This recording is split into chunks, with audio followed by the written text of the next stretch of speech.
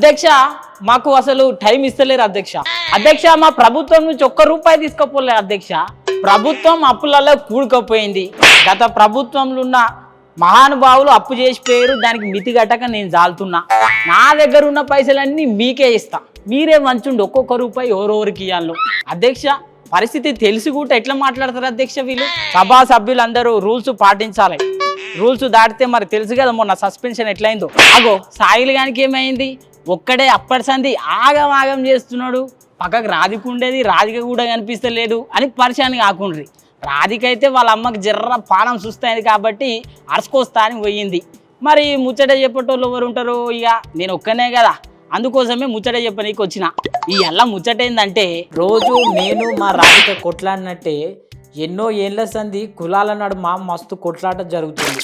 మేము ఎక్కువ మంది ఉన్నాం, మాకు ఎక్కువ వాటా దక్కాలని చెప్పి కొందరు, గట్లెట్లయితే మాకు వచ్చేకాడికి వస్తుంది మీరెందుకు అడ్డం పడుతుర్రు అని చెప్పి కొందరు, మాకు ఎమ్మెల్యే సీట్లు కావాలి, ఎంపీ సీట్లు ఎక్కువ ఇవ్వాలని చెప్పి కొందరు, మాకు ఎక్కువ ఉద్యోగాలు రావాలి, ఎక్కువ పర్సంటేజ్ రావాలని చెప్పి ఇంకా కొందరు.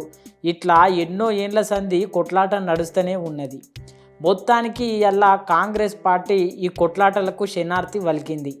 కాంగ్రెస్ ప్రభుత్వం బీసీ రిజర్వేషన్లు 42% పెంచుతూ, అట్లనే ఎస్సీ వర్గీకరణకు చట్టబద్ధత కల్పిస్తూ బిల్లు ప్రవేశపెట్టింది కాంగ్రెస్ ప్రభుత్వం.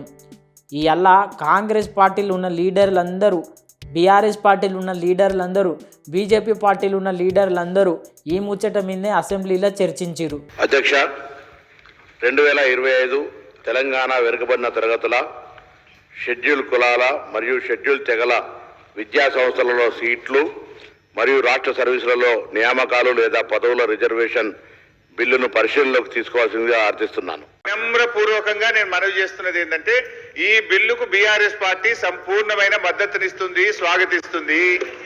ఈ బిల్లు విషయంలో మీరు అఖిల పక్షాన్ని ఢిల్లీ తీసుకుపోతే మీతో పాటు రావడానికి ఏ పోరాటానికైనా బీఆర్ఎస్ పార్టీ సిద్ధంగా ఉంది.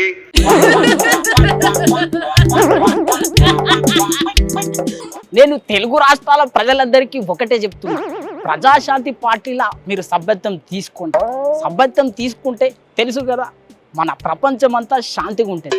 నేను చెప్తున్నా, మొత్తం ఉక్రెయిన్ రష్యా యుద్ధం ఒక్కటే రోజుల ఆపేస్తా, అంత శక్తి నాకుంది. ఇక రాష్ట్రంలో పరిస్థితులు మీకు ఎరికే. ఏంటి కామెడీ అట్లా చేస్తున్నావు? సరే, ఇక రాష్ట్రంలో పరిస్థితి ఎట్లుందో తెలిసే కదా. ఒక ఆయన వస్తాడు, సనాతని నేను అమ్మో అని కొట్టుకుంటుంది, కానీ ప్రజలకు చేసింది ఏమి లేదు, ప్రజలను మోసం చేసి. అందుకే నేను ప్రజాశాంతి పార్టీలో జాయిన్ కమ్మని చెప్తున్నా. ఆర్ కృష్ణయ్య, నువ్వు మోసం చేస్తున్నావు. నువ్వు ఎమ్మెల్సీ పదవి కోసమో ఎంపీ పదవి కోసమో ఫస్ట్ వైసీపీకి భజన చేసినావు, తర్వాత బీజేపీకి చేసినావు, తర్వాత తెలుగుదేశంకు చేసినావు. ఇప్పుడు నిన్ను నమ్ముకున్న వాళ్ళంతా ఆగమైపోతురు. దయచేసి చెప్తున్నా, బీసీ బిడ్డలు నా దగ్గరికి రండి, నేను మిమ్మల్ని మంచిగా చూసుకుంటా. నేను విదేశాల నుంచి డబ్బు తెస్తా, మీకందరికీ పంచుతా, ప్రధానమంత్రిని చేస్తా, నన్ను నమ్మండి. అబ్బా, నేను ఇట్లా మాట్లాడుతుంటే మా రాధిక మస్తు సంబరపడిపోయేది. అసలు పాల్సార్ లెక్క మాట్లాడవా అని చెప్పి ప్రతి క్షణం నన్ను పలకరించేది. ఏం చేస్తాం ఇప్పుడు అంటే, వాళ్ళ అమ్మగారి ఇంటికాడ ఉంది, మళ్ళీ వచ్చినాక చెప్తా. ఇప్పుడు పాల్సార్ ముచ్చటైతే మీకు చెప్పాలి కదా. పాల్సార్ ఈ నడమ అటు ఆంధ్రప్రదేశ్లో ఇటు తెలంగాణలో ఉన్న లీడర్లను ఒక్కరిని కూడా ఇడిచిపెట్టకుండా మస్తు తిడుతున్నాడు. కొందరికైతే మంచి ఆఫర్లు కూడా ఇస్తున్నాడు. అధ్యక్ష పదవి ఇస్తా, బయట దేశం నుంచి పైసలు తెస్తిస్తా అని చెప్పి. ఈ నడుమ రోజుకొక ప్రెస్ మీట్ పెట్టి జనసేన అధ్యక్షుడు ఆంధ్రప్రదేశ్ డిప్యూటీ సీఎంను బాగానే తిడుతున్నాడు, ఎక్కిరిస్తున్నాడు.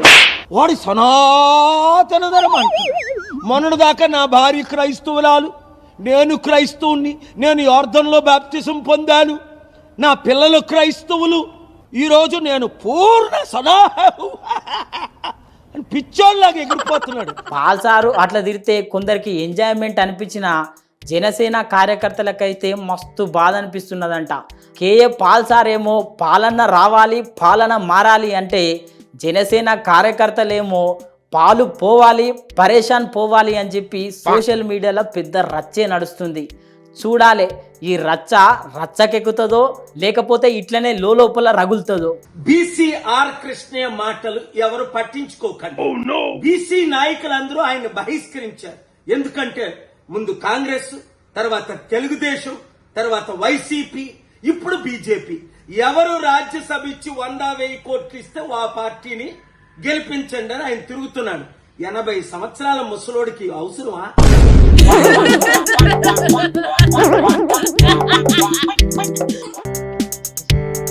అన్నా నమస్తే. అరే నమస్తే మధురా, ఏం మాట్లాడుతున్నావు? కడుపులో ఎంత మసులుతున్నది తెలుసా? అన్నా నువ్వు మొత్తం స్టైల్గా తయారైనవా నా కాలి? ఏం మాట్లాడుతున్నావు? ఎక్కిరిస్తున్నావా? ఎట్లా కనిపిస్తున్నా నీకు? ఏంది ఎట్లా కనిపిస్తున్నా? ఎక్కువ మాట్లాడితే ఉరికిచ్చి ఉరికిచ్చి బట్టలిప్పి కొడతా నేను. అన్నా ఏమన్నా అట్లా తిడుతున్నావు? రాధిక నిందించాను. అరే ఏదో మజాక్ చేసినా గానీ రాధిక కంటే ఎక్కువ తిట్టేటోళ్ళు ఉంటారు తెలుసా నీకు? ఎవరన్నా వాళ్ళు? ఇంకోవర్రా మొదలు సీఎం రేవంత్ రెడ్డి సారు. నా అసెంబ్లీలా మాట్లాడుకుంటా నన్ను కొందరు ఇష్టం వచ్చినట్టు తిట్టరాని తిట్లు తిట్టిపిస్తున్నారు కావాలని. వాళ్ళను ఇడిచిపెట్టేది లేదు. అవసరమైతే ఉరికిచ్చి ఉరికిచ్చి బట్టలు ఊడదీసి కొడతా అని చెప్పి బాగానే తిట్లు తిట్టిండు సీఎం రేవంత్ సారు. మీ అమ్మనో నీ చెల్లినో నీ భార్యనో ఈ రకంగా మాట్లాడితే నువ్వు ఇంతవా నేను అడుగుతున్న ట్విట్టర్లో పెట్టినోని అరెస్టును ఖండించినోని. నా భార్య నా బిడ్డను తిడితే నాకు నొప్పి అవుతుంది, కానీ నీకు ఒక ఆడపిల్లను అవమానిస్తుంటే నీకు నొప్పి కావా? ఏ సంస్కృతిలో ఉన్నారని నేను అడుగుతున్నా అధ్యక్ష. తోడుకలు తీస్తే అధ్యక్ష, ముఖ్యమంత్రిగా చెప్తున్న ఒక్కనొక్కని బట్టలు ప్రదేశం రోడ్డు మీద తిప్పిస్తా అధ్యక్ష. ఈ తిట్లు విన్నాక హరీష్ రావు సారు నిమ్మలంగా నిదానంగా బాగానే అరుచుకున్నాడు. నీకు సిగ్గుంటే నిజాయితీ ఉంటే క్షమాపణ చెప్పు. నేను తప్పుగా నోరు జారిన కేసీఆర్ గారిని మార్చురిగిపోవాలని ఆయన చావును కోరుకున్నా అని జాతిపిత అయిన కేసీఆర్కు క్షమాపణ చెప్పు. ఏమన్నా ఆయన పెద్ద మనసుతో నిన్ను క్షమిస్తాడు, ప్రజలు క్షమిస్తారు నిన్ను. విన్నారు కదా, హరీష్ రావు సారు కేసీఆర్ సార్ను తెలంగాణ జాతిపిత అని పోలిస్తే నిన్న స్టేషన్ గన్పూర్లో అయితే మరి సీఎం రేవంత్ రెడ్డి సారు ఏమన్నాడో ఎన్నుండ్రి. ఆయన ఇవాళ మాట్లాడుతుంటే చంద్రశేఖరరావు గారంట తెలంగాణ జాతిపిత అంట. మిత్రులారా, ఇట్లా మాట్లాడితే ఇంకా నేను ఏదో ఒకటి అనకపోతే ఎట్లయితుంది మీరు చెప్పు. జాతిపిత గురించి మీకు తెలుసు కదా. ఆ జాతిపితకు మందు వాసన పడుతుందా? గుజరాతుల్నే మందు బంధు పెట్టించింది, అవునా?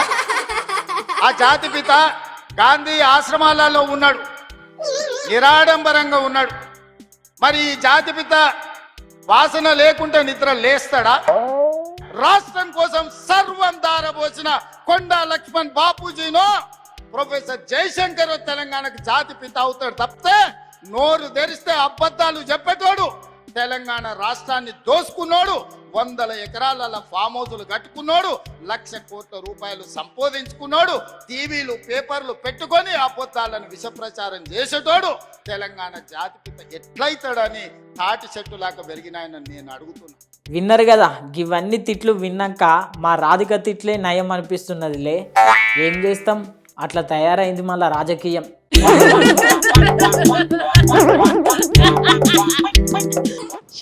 అబ్బా ఇప్పుడేమో సినిమా ముచ్చట, మా రాధికనేమో ఎప్పుడు బావా సినిమా ముచ్చట చెప్పవా, సినిమా ముచ్చట చెప్పవా అని చెప్పి మస్తు మురిసిపోయేది. కానీ ఏం చేయాలి, అదేమో లేకపోయా. మరి సినిమా ముచ్చట చెప్పాలి కదా. ప్రభాస్ సార్ ఉన్నాడు కదా, ప్రభాస్ సార్ అయితే మస్తు బిజీ అయిపోయిండు, సినిమా మీద సినిమాలు చేస్తుండు. వచ్చే నెలల కన్నప్ప సినిమా రిలీజ్ ఉంటే అటెన్కా రాజాసాబ్ సినిమా రిలీజ్ ఉంది. ఇప్పుడైతే రాజాసాబ్ సినిమా లాస్ట్ షూటింగ్ నడుస్తున్నదంట. అది అయిపోగానే అను రాఘవపూడి ఫాజీ సినిమా షూటింగ్లో పాల్గొంటాడంట. ఈ సినిమా అయిపోగానే చక్కగా డైరెక్టర్ సందీప్ రెడ్డి వంగ తీస్తున్న స్పిరిట్ సినిమా షూటింగ్లో పాల్గొంటాడంట. సందీప్ రెడ్డి వంగ అయితే ముందే చెప్పిండంట, నా సినిమా అయిపోయేదాకా ఏ సినిమాకు పోయేది లేదని. ప్రభాస్ కూడా ఈ మ్యాటర్కు ఈ కండిషన్కు ఓకే అని చెప్పిండంట. ఆ తర్వాత సలార్ 2, ఆ తర్వాత కల్కి 2, ఇట్లా వరుస సినిమాలతోని మస్తు బిజీ అయిపోతుండు హీరో ప్రభాస్.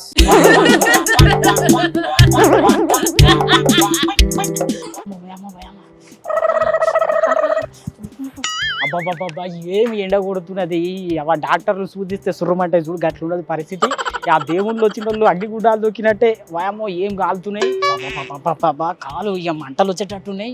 మరి ఈ సూర్య భగవానుడు ఇంత కోపం ఎందుకు అవుతున్నాడో తెలియదు, కానీ ఎండలైతే మస్తు కొడుతున్నాయి. హైదరాబాద్తో పాటు వేరే జిల్లాలలో 40 డిగ్రీలకు మించి ఎండ కొడుతున్నది. డాక్టర్లు అయితే ఈ ఎండలలో బయటికి రావద్దు, వడదెబ్బ తగిలితే మంచిది కాదు అని చెప్తున్నారు. ప్రభుత్వం అయితే ముందు ఆలోచనతోని ఒంటిపూట బడులు పెడుతున్నది. అయినా ఎండలు ఇప్పుడే ఇట్లుంటే రాను రాను ఇంకెంత కొడతాయో ఏమో, ఇంకెన్ని బావులు నెడుతాయో ఏమో. ఎట్లున్నాయి ముచ్చట్లు, మస్తు మజా ఉన్నాయిలే. మా రాధిక ఉంటే ఇంకా జర మజా వచ్చేది, కానీ అట్లుంటది మళ్ళీ మనతోనే.